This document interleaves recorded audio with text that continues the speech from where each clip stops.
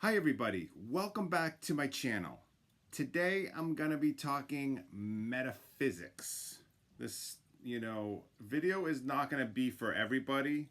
It's quite long and it can be a little confusing. So I'm going to try to explain everything the best that I can. But basically, most people live inside of ideas without ever recognizing it, unaware that what they call life is not something that happens to them in an external world, but something that unfolds through their own consciousness, holding and organizing ideas. From the earliest moments of existence, the mind is oriented outwards, towards shapes, sensations, stories, and objects, while the source that allows those experiences to appear remains unexamined. This inversion seems innocent because it feels practical. The world behaves as if it is out there, as if space and time govern experience. Okay? According to Yazzie, the very assumption that there is an external world full of separate forms is itself an idea, not a fundamental truth. Reality is not a solid external stage upon which consciousness plays its part. Reality is the expression of consciousness organizing ideas into apparent forms. Awareness is the ground of all that appears. It's not a localized thing inside the brain, nor is it a special quality held by humans alone. Awareness is the condition through which all perception arises. It precedes form, thought, identity, and even a sense of existence itself. Without awareness, there would be no experience. Without experience, there would be no sense of something rather than nothing. Yet awareness on its own has no shape and no direction. It does not move, it does not reside, and it cannot be found within space or time. Ideas are what shape awareness into perceptual reality. They are not merely thoughts or abstract theories. Ideas are the structural mechanisms through which awareness becomes experience. In a reality defined by duality, perception is always limited. This is not a philosophical stance or a spiritual belief. It is a functional necessity. The moment a reality contains contrast, this and that, here and there, self and other, perception has already narrowed. Something is being focused on and something else is being excluded. That exclusion is what makes perception possible. So one might ask, is everything I just said just true? Indeed it is. Unlimited perception exists, but is no longer dual, no longer experiential, and no longer a reality in the way that we mean it. Perception does not arise from infinity. It arises from focus. Awareness must concentrate into a point of attention for anything to be experienced. Without that focus, there is no reference point. Without reference points, nothing can be recognized, compared, or known. Source itself is unlimited. From the perspective of source, everything exists at once. There is no space and no time. Therefore, there is no separation, no distance, and no before and after. All possibilities coexist. But in that state, nothing is experienced. There is awareness, but no perception, because nothing stands out. There's no foreground or background, no relevance, no sequence. Experience begins the moment source focuses. The moment awareness places attention somewhere specific, limitation appears. Not as a restriction imposed from outside, but as a natural consequence of focus. Limitation is simply awareness selecting one perspective among many. It is consciousness choosing a point of view. The soul is not separate from it's not separate from source. The soul is source operating through a localized point of attention. A soul is an idea of being, experienced from the inside. It is awareness narrowed just enough to experience itself as something specific. This is why duality exists. Duality is not the opposite of unity. Duality is unity expressed through contrast. It is source experiencing itself from multiple angles at once. Every apparent separation is awareness looking at itself through a different lens. Because perception requires focus. Any reality based on duality necessarily involves limited perception. There is no such thing as unlimited perception within a dual reality. Unlimited perception would instantly collapse all contrast. Everything would be perceived equally, simultaneously, and without distinction. And when nothing stands out, nothing can be perceived. Unlimited perception is not heightened awareness. It is the absence of perception altogether. This is where confusion arises. Many spiritual people equate spiritual expansion with unlimited perception, imagining a state where one sees all timelines, all realities, all truths at once, while still remaining an individual observer. But that's not how perception works. Perception only exists where something is excluded. The moment nothing is excluded, perception disappears. What can expand is not perception itself, but the field of perception. Awareness can include more information, hold more perspectives, and operate with less rigid identity. But as long as duality remains, perception remains limited by definition. Even advanced non-human consciousnesses that perceive far more than humans still operate through focus points of attention when interacting with realities, timelines, or bodies. They are not unlimited, they are simply less constrained. Okay? Most people encounter the world through the lens of ideas.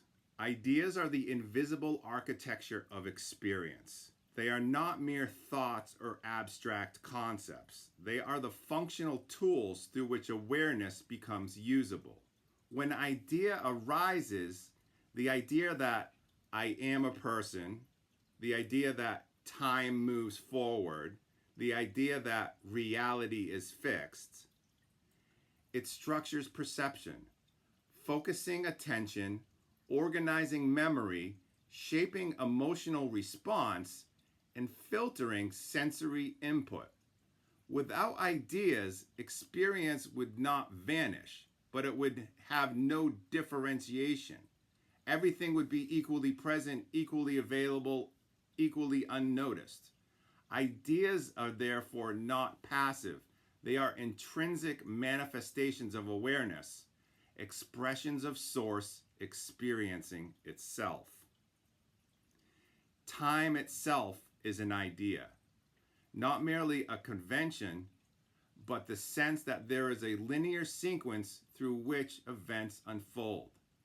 The past exists only as a present memory. The future exists only as a present imagination. The present itself is a nexus of ideas balancing memory, expectation, and attention. When the mind identifies with these constructs, time feels solid and inescapable. When attention relaxes, when awareness rests in its unfiltered capacity, the idea of time loosens and experience opens into spacious immediacy. Moments of deep flow, dreams, profound meditation, and certain altered states of consciousness all reveal the structural nature of time. It is not a river moving independently of perception, but a measure of perceptual change mediated by ideas. Time and consciousness are inseparable. Without one, the other cannot appear. Time arises as awareness orders ideas into sequences. Identity, too, is an idea, a temporary stabilization of perception that organizes attention into a coherent narrative. The sense of I am emerges from repeated patterns of thought, sensation, and emotional reaction. It crystallizes around memory, expectation, and social mirroring, reinforced by emotion and repetition. This idea of self is practical. It allows for continuity, prediction, and survival. But it is not fundamental. It is a lens, a provisional configuration, an expression of awareness held in place by attention. To mistake identity for the self is to mistake the furniture for the room, the shadow for the light. Yet so powerful is this idea that most people take it as immutable, and they spend lives reinforcing the pattern that maintain it. The soul is not a fixed entity. It is source, localized as a point of attention, exploring and experiencing itself. Okay? The body participates in this orchestration, but it is not the origin of awareness. The body is a regulatory interface that constrains and modulates perception into a survivable bandwidth. Sensory organs and the nervous system filter stimuli, maintain homeostasis, signal danger, and anchor attention. Trauma, stress, and fear embed ideas directly into the body, creating automatic loops that enforce perception without conscious input. The body becomes both the instrument of ideas and the vehicle through which they are stabilized. The feeling of being trapped or limited is rarely literal. It is the embodiment of ideas filtered through a system that enforces coherence between attention, sensation, and emotion. Gravity, both physical and perceptual, holds the point of attention in place. It keeps experience coherent. Okay? Without this anchoring, perception would fragment and experience would lose continuity. Space creates separation, but separation enables interaction. Without space, there'd be no distance, no movement, and no relationship. Through space, consciousness encounters itself as something apparently external. Through others, the self becomes visible. Okay. Frequency in this context is not simply vibration or mood. It is the coherence of thought, perception, attention, and the cluster of ideas that shape experience. When these elements are aligned, perception feels fluid. Ideas are transparent, and life unfolds without resistance. When they are fragmented, experience becomes dense and heavy, and attention loops compulsively between contradictory ideas. Now, you can have contradictory ideas and you can hold multiple points of view at the same time, and that is expanding awareness. But that still does not negate what I just said, okay? Emotional suffering, confusion, and despair are all indicators that the mind is enforcing conflicting frameworks. High frequency is not the avoidance of pain. It is the absence of internal conflict or internal contradiction. The effortless integration of ideas with attention and awareness. Suffering does not arise because limitation exists. Suffering arises when awareness becomes identified with the limitation it is using. Pain, fear, and loss are not punishments. They are feedback systems. They indicate where identity has collapsed too tightly around a single idea of self, where the temporary is being mistaken for the absolute. I hope that makes sense, guys. This is kind of deep stuff, but this is the stuff that I love. I love getting into this metaphysics stuff and learning, and understanding reality and how it works. I think it gives us power and the ability to become more sovereign. Control in any system, social, political, technological, or metaphysical, operates primarily through ideas, not direct domination. Bodies can be coerced, but it is far more efficient to seed ideas that attention will enforce internally. Ideas about hierarchy, limitation, danger, morality, and necessity shape perception. Okay? So, I'm going to say this again. Ideas about hierarchy, limitation, danger, morality, and necessity shape perception, identity, and even bodily response, effectively creating a self-enforcing prison. Once an idea is accepted, attention becomes a willing participant in its perpetuation. This is true for most mundane social rules and the most esoteric spiritual hierarchies alike. The most effective control is invisible, self-sustaining, and unexamined. It is the hypnotic authority of ideas accepted as truths. Awakening, at its deepest, is not the accumulation of superior ideas. It is the recognition of how ideas function and the freedom to hold them without attachment. To awaken is to perceive experience as modulation within awareness, not as evidence supporting a fixed idea of self, time, or reality. Thought continues, ideas arise and dissolve, identity functions, and time appears. But none of these are mistaken for the observer, because the observer is recognized as awareness itself, prior to all structure. Attention is no longer trapped in habitual loops. It moves freely, engages with ideas without being dominated by them, and rests naturally in the immediacy of perception. The collapse of the observer is not a loss of self, but the recognition that self is provisional. Awareness is already the ground, is always already the ground, and ideas are its tools, not its masters. Even the idea of awareness must eventually be recognized as provisional. Awareness is not an object or a concept. It does not require maintenance or cultivation. It simply is. And it's the condition for all ideas, perception, identity, and time to appear.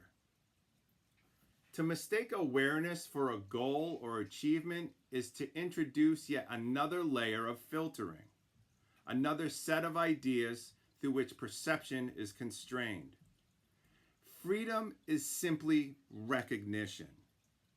Attention relaxes, ideas arise and dissolve naturally, and experience is no longer mediated by compulsion. The world continues to appear, but none of it is mistaken for the self. Ideas in this framework are both the scaffolding of experience and the key to liberation. By understanding how they operate, by observing without attachment, by allowing attention to move freely through them, one gains sovereignty over perception. Okay? Sovereignty is not power over others. It is the fluidity of attention, the ability to engage and identify an experience without being captured, the capacity to participate in ideas without being defined by them. To hold an idea lightly is to use it, not to be used by it. To release an idea when it no longer serves is to allow perception to return to its natural coherence. In practical terms, this means that no external system can imprison awareness. The prison exists only where attention identifies with ideas, only where identity treats itself as fixed, and only where perception is assumed to be the self rather than a provisional structure. Once this is seen, life can continue fully. Emotions arise, thoughts move, sensations occur, and the worlds continue to appear, but the sense of separation is optional. Okay? Experience is no longer something to be owned or defended. It is simply allowed naturally to flow. Ultimately, this recognition reveals that the supposed limitations of life, time, body, identity, circumstance are not barriers to experience, but the parameters through which awareness operates. The mind may generate ideas about limitation, restriction, and danger, but these ideas are provisional, and attention can disengage from them. The apparent solidity of identity, the linearity of time, and the authority of external systems are all manifestations of ideas that have been reinforced over time. Awareness is not trapped inside a body, nor is it moving through time like a rider on a horse. Awareness is the field in which all experience is contained, and the point of attention, the self, is the access through which individual experience is localized. Ideas are not barriers to truth. They are the means by which truth is expressed as experience. When ideas are recognized for what they are, structures of awareness organizing experience, the illusion of separation dissolves, and what remains is the immediacy of consciousness perceiving itself. Experience depends on limitation. Joy has meaning because sorrow exists. Love is felt because separation is perceived. Freedom exists because there is structure to move within. Meaning requires stakes, consequences, and focus. Without boundaries, nothing could be felt. Existence moves in a rhythm of expansion and focus. Source narrows itself into form, experiences itself through that form, and then expands again through awareness. Not as escape, but as exploration. We are not here to eliminate limitation. We are here to understand it and use it consciously. Through limitation, ideas become experience. Through contrast, awareness becomes self-aware. Through living within duality, Source comes to know itself not as an abstract infinity, but as something lived. If you made it this far, then I'm truly impressed. There's a lot to unpack here. Let me know your thoughts in the comments section below. Thank you for listening to this little metaphysical chat.